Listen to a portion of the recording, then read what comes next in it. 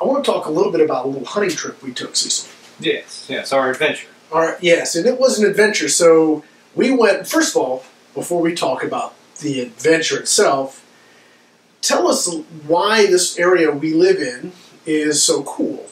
Well, from a hunting with an airgun right. perspective, and I would start from Arizona as a whole, right. and then shrink it down into our geographic location here in Arizona. Yeah, so the variety in Arizona is just amazing. I mean, you have lowland desert, you have high desert, and you even have they call it an alpine tundra area here in Arizona. Locally, we have a wide variety. We've got the Colorado River Valley. Several lakes, some of the largest lakes in the country, and also we have really tall mountains. And yeah, I know all about the tall mountain part. Yes, we've got the Crosman's Peak, excuse me, right here, which is about 6,000 feet, pretty close to 6,000 feet. And then we have where we were at hunting, which is in the top of the Wallapies, which is also sitting around 6,200 feet up to 6,700 feet, but it's an entirely different. Let me describe some of this. And if you guys have seen some of my videos, you've seen us in the desert. We've got, well, it looks like scrub brush and dirt and rock, and that's it. And some cactus. And a little cactus in between. And you drive about an hour and a half, and you go up to the Wallapai Mountains. And as you're climbing, you go from about 3,200 foot, 3,200 to 3,500 foot up to we were at 63 when we hit the top of that peak that you force marched me up to the top of. I have video proof of that and photographic proof that yes, he did march my derriere up to a 6,200 foot peak. But anyway, now you were telling me that the tree squirrels barked, and well, I thought, yeah, right. But anyway, as we were walking through the woods, we did hear this distinct bark. Yeah, right where it opens up. Right where we get to that point. Yeah, it does not open up there, Cecil. I don't care what ridge you're going to march me over, it does not open up on the other side, thank you very much. Well, so we get to this, we're walking across, and we hear this little bark, and then we just stop. We just sat for a while, and what was it, about 20 minutes, 30 minutes or so? About 20 minutes, I think. It was for him to calm down and actually get out of his little hidey hole. And then you pulled me over, and sure enough, there was this squirrel. Now, I'm used to the South Carolina gray squirrels, which are basically not much bigger than a rat, really. Yeah. I mean, they're not... Yeah, that's where you get that tree rat. Yeah, exactly. These squirrels were bigger. This guy was I don't know, he was big. I mean, it was more like a fox squirrel. Or is it just it's an Abert squirrel is technically what it is. And they go about 1.5 pounds, 2 pounds. He was all there. So you ranged it. It was, we want to say hi to Tommy for coming in the chat. Glad you can join us here, Tommy. So you ranged it, and we were, what was it, about 47 yards? Well, when we first saw him, he was at 67 yards. And okay. We were able to work our way just a little bit closer to 47. Okay. And I had the Air Arms sighted last time I was out shooting, was right around 50 yards. So it's pretty confident that the shot was going to be a good shot. And it wasn't an incline, though. So we had an up angle. I don't know what the degree was. I'm probably at least 12 or 13 degrees, I think. I would say it was actually more than that. Probably closer to 30. It was enough that it mattered. Yes. So we had the additional range, we had the up angle, and sort of just, braced up against a tree and popped the first shot, and we went back and saw it on camera. That first shot hit him right up under the chin, man, and just flipped him. And you'd have thought that's all you needed. Oh, yeah. You could hear it. It was solid contact. It was significant. Good job. Yeah. Unfortunately, it wasn't as clean as I wanted. I did take up a follow-up shot, and eventually it just took a while to drop. But as you said, these things are tough. Oh, they're tough critters, and they just, even if you get a good shot on them, the muscles automatically just grab a hold of that branch. And it took a while, but it was a lot of fun. I'm looking forward to doing that again. Maybe a little less hiking, but I don't know that there's a way around that, is there? Not really. I mean, maybe if we hit up a Flagstaff or something where you can find a spot that opens up a little bit. Yeah, right. Yeah, that's going to be the refrain. It opens up over there. That's all right. It was something that I greatly enjoyed doing, and truthfully, Air Arms did the job. It was a long shot. It was at an incline, and the gun still put it right where I wanted it. We're going to take a short break, and when we come back, we're going to talk a little bit about Havasu Airgunners and our previous CO2 event and what's coming up next, okay? So we'll be right back after the break.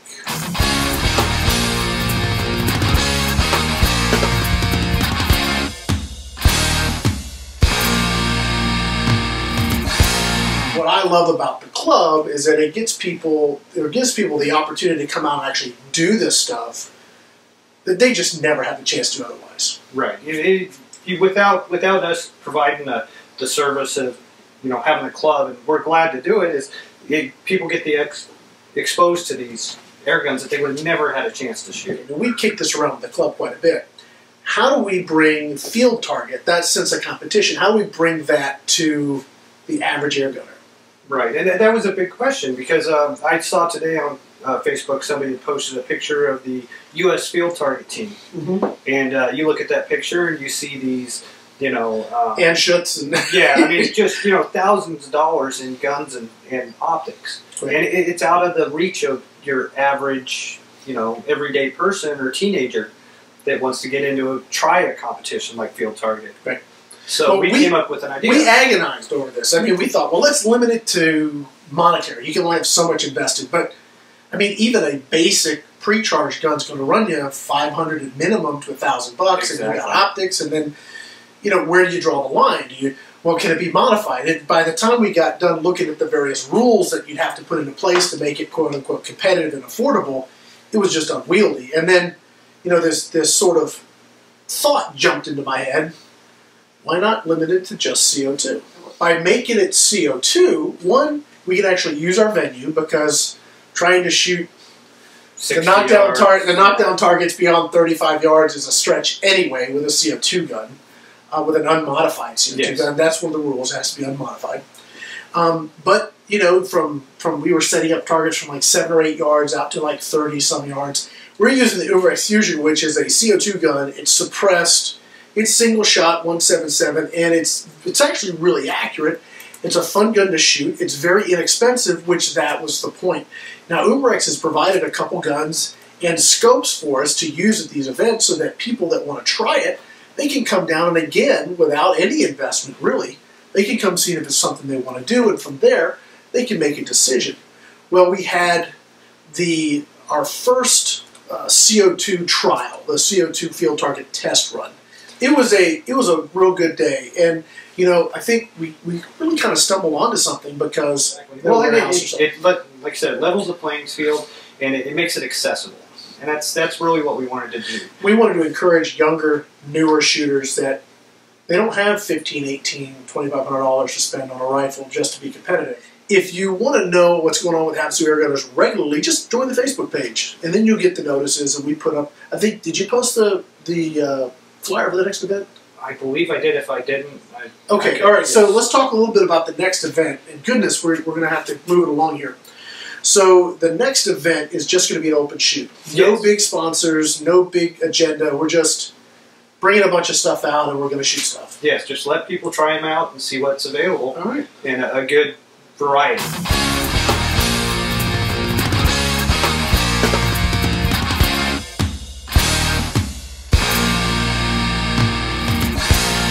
All right, so let me tell you about what Cecil is holding. I'll try to describe it. So what he is holding looks a lot like a Tommy gun. And actually, if you've ever seen a Tippmann 98 Custom, imagine a Tippmann, that's what it is, right? Yeah, 98 Custom, yep. Imagine a Tippmann 98 Custom that shoots 22 caliber pellets from a 100-round belt.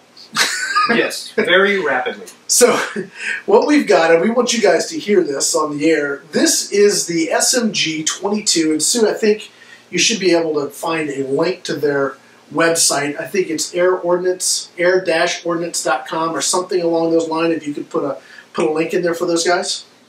There we go. Go ahead and throw it up there. So this is go ahead and go single shot, and then take it full auto, Cecil. Okay.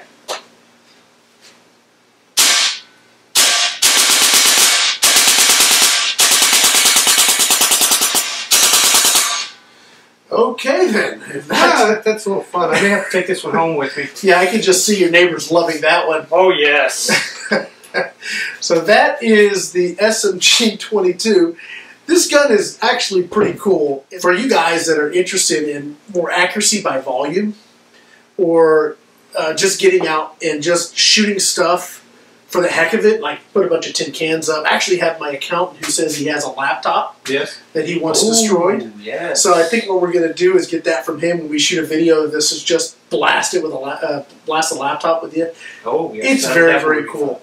It is a very fun gun. You know, accuracy on this is definitely secondary or tertiary on the list. It is. It's an area weapon. It is, yeah. It's a suppression. Yeah, suppression. Exactly. It's cranking about 600 feet per second. You just blow through pellets like nobody's business. You are not buying match-grade pellets for this thing. Yeah. You're finding the cheapest thing that you can find in 22, and they have a cool little auto loader, because loading up those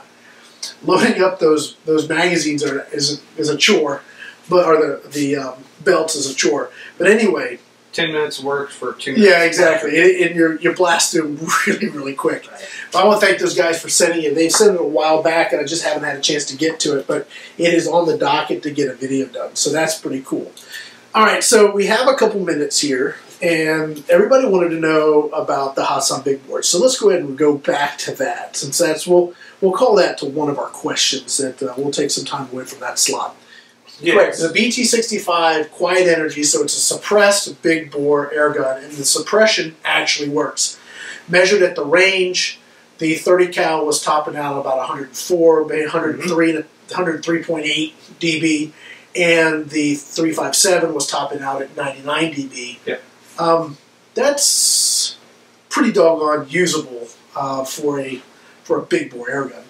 So the 30 cal, you've got basically one projectile that really works well. That's the JSB. I don't know if there's any other 30 cal pellets. I haven't really researched it. But you got something that works. Just stick with it. Exactly. You don't need anything else if that's doing the job. So the 30 cal JSB is pushing 900 and some odd feet per second on average. 82, you were getting 84 foot-pounds. Yes, I was. That is smoking. And you're getting one mag. I mean, I'd love to get more shots, but really, realistically, you're probably talking one mag, right? Right. It's a little over one mag, 1.5 mags. 10 shots, maybe? Yeah, I think with some tuning, a little bit of slight adjustment, and refining on it, I think that they'll probably be able to get it to put out 2 mags. Maybe not with 84 foot-pounds. They may have to dial it back, maybe. But it's just a prototype, so they're still working on it. They're tweaking it. And I've been down this road before. When the first quiet energy guns came out, they sent me a sampling of them, and I made notes and sent back my suggestions, and they took those and ran with them, and they had made some phenomenal guns. Let's talk a little bit about the 357. Well, let me back up to the 30 cal. Range is phenomenal. I've written some articles at Airgun Depot, AirgunDepot.com, because I write at least 2 articles a week for them. So there's 3 articles that talk specifically about the Hatsan Big Bores. The 30 cal, there's some shot groups there from 50 and also 100 yards. So you're looking at 100-yard accuracy, just slightly over an inch. Here, that 30 cal is sweet. So if the 30 cal, we talked a little bit about this the other day, if the 30 cal is really that sweet spot, why even make it 35? More and more states are calling that 357 the base caliber for hunting large game with an air gun. Yes. And so anything 35 caliber and larger. Right. So the 30 cal, while it may be, like the small game hunter's dream gun, you know, it might be illegal for you to use that on a larger game in your state. You need something that's legal. Right. The 357, the 35 cal Hatsan, puts you in that legality stage. You got good 50-yard accuracy. You get 90 foot-pounds, so it's a little bit more powerful. The cool thing I like about the 35, and this may not be what everybody wants, but I appreciate the effort went into it. I got 12 shots, which is 2 full mags, and my extreme spreads have always been less than 20 feet per second. And that's pretty dang good. That's hard to get with. So I'm getting 1 inch 50-yard, 1 inch-ish. They've got a little tweaking to do on the 357, but it's most definitely going to be a 1 inch at 50-yard gun. And I'm getting 12 shots with very little spread. So to me, that's a winner and a winner and a winner. All right, guys, we're going to take a short break, and then we will be back next time.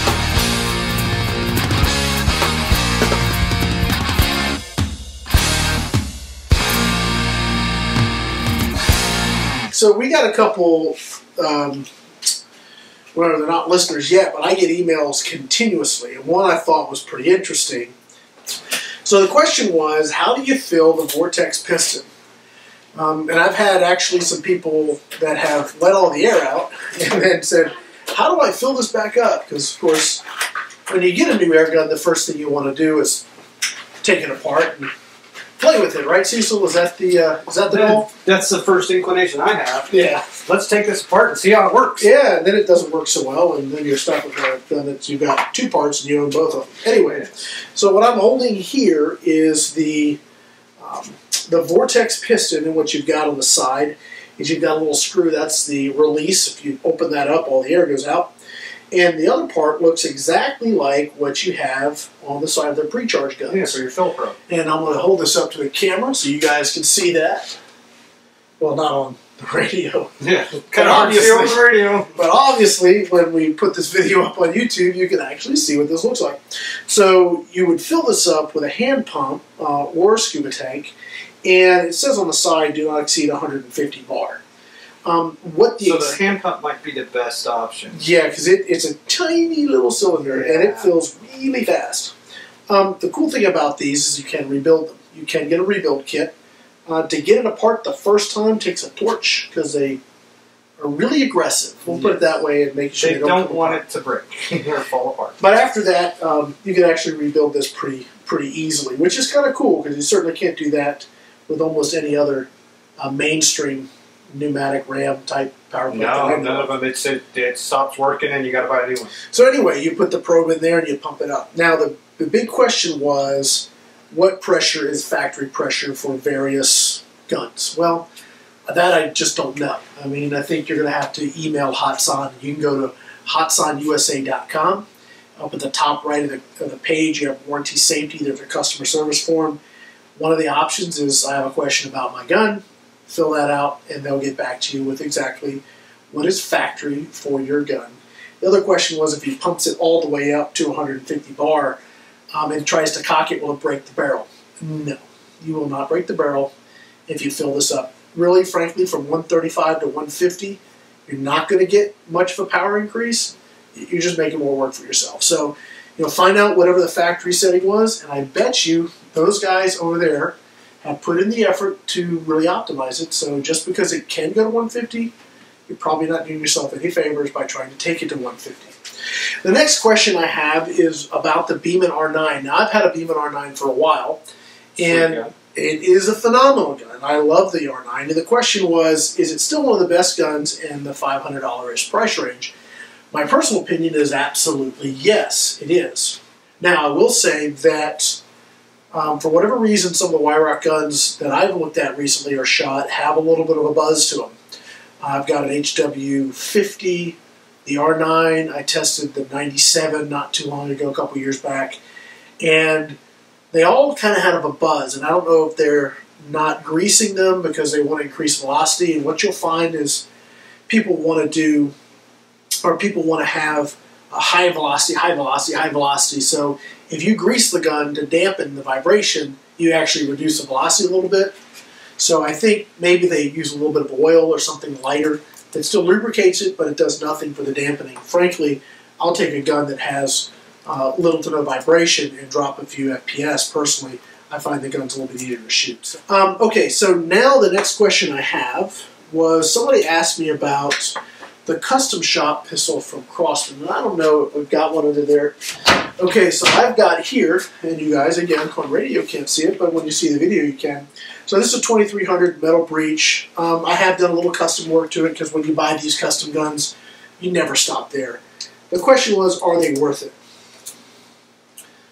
Depends. I think it's actually a little cheaper to buy it from the custom shop with some of the accessories than trying to outsource them privately and put them all together. If you buy them all one at a time, you're going to spend a little bit more. I think that is the case. Piece by piece. I really like the gun. I got it set with the LPA sight, the rear adjustable sight, and the a muzzle brake up front. And it's a gun that is a very fun little 10-meter gun. I enjoy it quite a bit. So, to answer that question, yes, I think it is absolutely worth it.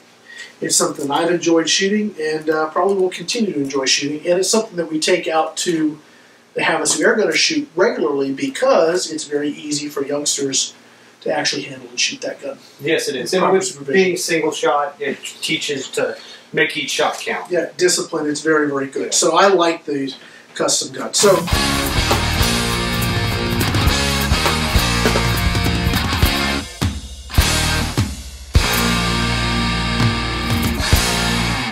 All right, so we are back live here with Air Power, brought to you by AirgunWeb and AirgunScout. Be out in the woods and the mountains. You know, I was thinking of a name for the show. Yes. And first we thought Airwaves, but you know, Tom Gaylord and Pyramid Air, they had that for a while, right. So we changed their mind. But anyway, we were looking at Yak Poop Yokels? No. I was thinking of Air Power, which I kind of decided on, but it wasn't my first choice. My first choice was I couldn't figure out how to spell that one. Anyway, it was funnier when I said it the first time. So I've been shooting more and more big bore air guns. And I got to tell you, initially, I sort of, I'd never shot one, to say that. Before I'd ever pulled the trigger on one, I kind of said, geez, I don't know if I get this. I mean, why would you, gosh, you get air guns because it's cheaper, right? Yeah. These are really expensive to shoot, much less buy. So there was really no cost savings. And then we had that big bore shoot that Pyramid Air put on for us, and that really changed my mind because I started to get it because these big holes started opening up in the paper. Yeah, you definitely hear it even just hitting the backstop. It was impressive. It was impressive, and one of the nicest guns I've had the chance to shoot. And so now I've got this 45 cal that just shoots like a dream. You get really 3 consistent shots. So, I mean, if shot counts your thing, this is not your gun. No, not really. But at 3 shots, you're looking at probably good 3 shots touching, which is pretty cool. The new Umarex APX is one we didn't get to in the new product section, but since we have nobody hopping on Skype, we'll talk about that for a little bit. So we were working to shoot paintballs off the top of golf tees, and with a gun that's right in that $60, $65 range, that's pretty good. Yes. And especially when you can take something. What's cool about this gun is it's very safe. It's probably it may be the safest multi-pump because when you open the handle, the minute you go to pump it, it automatically puts the safety on. The automatic safety, for a brand new shooter, I think it has an advantage because obviously you want them to learn good gun skills. You want them to know how to put the safety on, take it off manually themselves, do it properly. But a brand new shooter, they've got so many other things going through their mind. If you can help them out on that safety aspect and make it automatic, I think there's a place for that too. Yes. So this is like the first multi-pump gun. It's priced well, shoots pretty decent. It's very lightweight. It's easy to shoot. It's not terribly loud. It's got decent accuracy, and it's very, very safe. So I give it up to Umarex for coming out with that. Well, and it's a dual ammo gun. So you can shoot either BBs or pellets through it. So it'd be very cheap to shoot. Exactly, very cheap to shoot. You can get BBs and shoot all you want. It's like $5 for 4,000. Exactly. So your basic training, and then once you actually get into the accuracy portion of it, you switch over to pellets, and then you're getting that little bit more accuracy. All right, guys. Well, thanks for joining us. We'll catch you next month. We'll announce the time and date when it comes up. See y'all. All right. See you later.